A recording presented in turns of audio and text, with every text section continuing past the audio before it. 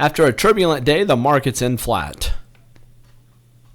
My name's D7 here at Grok Trade. It's Wednesday, hump day, May 18th, 2016.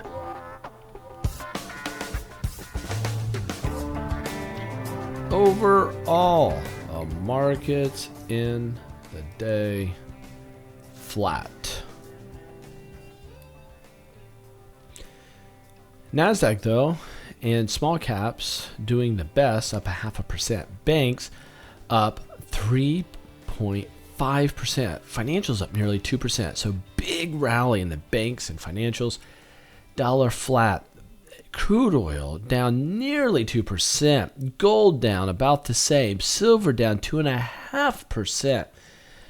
Very, very big moves today. Yellen came out, said, you know what, it's probable if the economy stays strong, we're going to bump rates higher in June.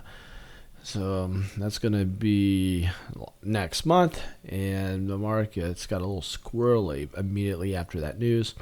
Saw a report come out today that showed that money managers are right now, fund managers are in cash, and the highest rate of being in cash in 15 years. Doesn't surprise me as somebody that was an institutional trader myself. The last 2 months, I've been predominantly in cash. You'll remember me talking about that. I do have a token short position going right now and unloaded almost all of that today. I still hold 500 shares of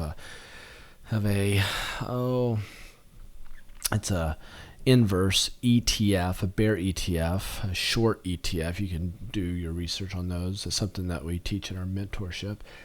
Yeah. But I think we have upside potential now.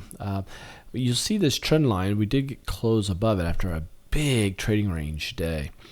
But we did close above this. I think that we have a decent chance of going bullish tomorrow, especially with the small caps leading and the financials giving support to the market. So you do have this big bullish pennant. We're at a support level.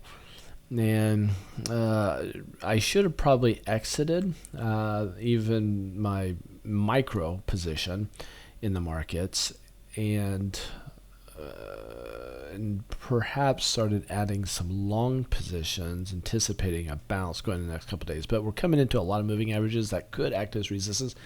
But if this does go bullish with volume, if that happens, look for a lot of resistance areas here, but if we can blow through those, you could see a lot of short covering, and you'll see a lot of buying on both the bull and the bear side. Here's the diamonds. Nice bull flag at support. Look like it's ready to rock and roll. Be looking for longs, guys. NASDAQ. Problem with NASDAQ, let me see here. Not at all satisfied with that trend line, to be quite frank. So, no call on that, other than the fact that we have this little micro bull flag. Yeah, so this could be bullish. See the Russell's gap down. So we're down below a line that I'm not overly excited about, but a lot of moving averages above. But this could get bullish. Banks had just a monster day today, just a big pop. It needed to do so.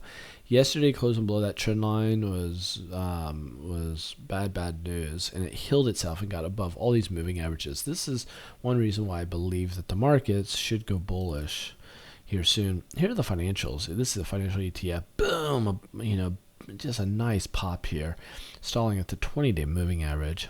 And crude oil pulled back a little bit here. Finding resistance at the falling 200-day moving average, but we have a big trend line here that could act as support. Gold under pressure. Now here's the problem, and I got to get rid of this arrow now. There's just no way that I'm going to say that that's a buy. Matter of fact, so much so, it crossed under a trend line, so I'm putting a red arrow now on gold. That's just not a good sign. On big volume, big sell-off, I have this trend line. It closed below that too. It's just in a lot of trouble right now with today's bullish move in the markets. Silver, again, in good faith, say a buy there. Just doesn't look nearly as bearish to me is what the gold looks, technically speaking. So, you know, as long as we can stay within the confines of this bull flag, all should be well. But look at the volume today, a lot of volume. And there you have it. It's the very best technical analysis. If you like it, like it.